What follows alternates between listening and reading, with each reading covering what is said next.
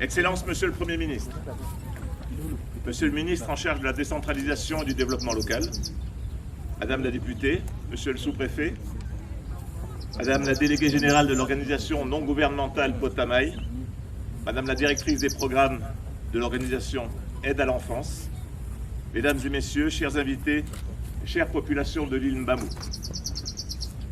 Je suis particulièrement heureux de prendre part aujourd'hui, à vos côtés, Monsieur le Premier ministre, à l'inauguration de l'unité de services essentiels, USE, ici sur l'île Mbamou.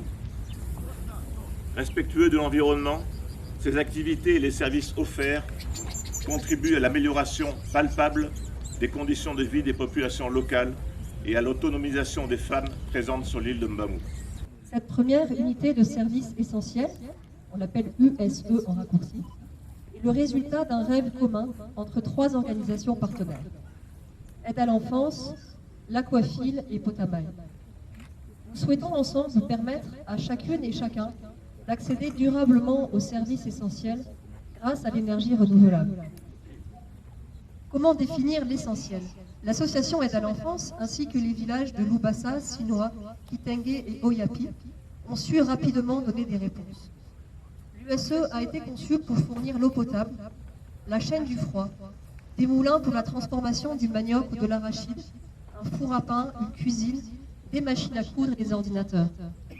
C'est une maison commune à plusieurs villages où chacun peut trouver ce qu'il cherche et suivre les formations professionnelles organisées par l'association Aide à l'enfance.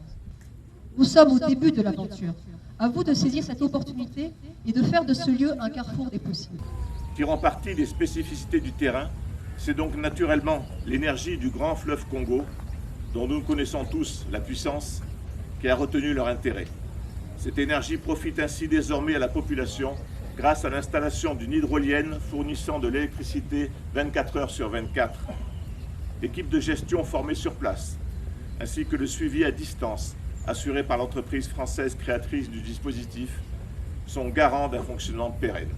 Ces travaux d'électrification constituent une étape importante dans le développement de la localité de l'île Mbamou, dans la mesure où ils vont transformer positivement la vie des populations, notamment de nos jeunes, et créer de nouvelles activités économiques que le manque d'électricité ne favorisait point. Ce rêve a été rendu possible grâce à une multitude d'énergies. Permettez-moi de les remercier aujourd'hui. Nous remercions toutes celles et ceux qui ont contribué par leur travail et leurs conseils à cette réalisation. Les cuisinières, les maçons, les consultantes sociologues, les architectes, les ouvriers, les photographes et logisticiens qui ont bravé les moustiques de l'île Mbamou pour construire cette solution innovante. Nous comptons sur la poursuite de votre soutien à toutes et tous pour faire profiter d'autres villages de nouvelles USE. Le district de Kibangu attend avec impatience le démarrage des travaux et l'arrivée de l'eau potable et la chaîne du froid pour conserver les délicieuses misala.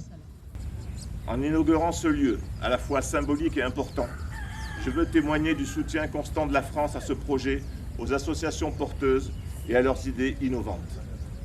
Comme je le disais en ouverture de mon propos, ce projet est respectueux de l'environnement et bénéfique à la population locale, ne peut qu'être encouragé et susciter l'admiration de tous.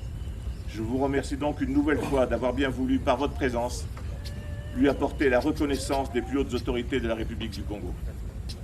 J'ai cru comprendre enfin, des propos de la directrice, que les perspectives ne s'arrêtaient pas ici.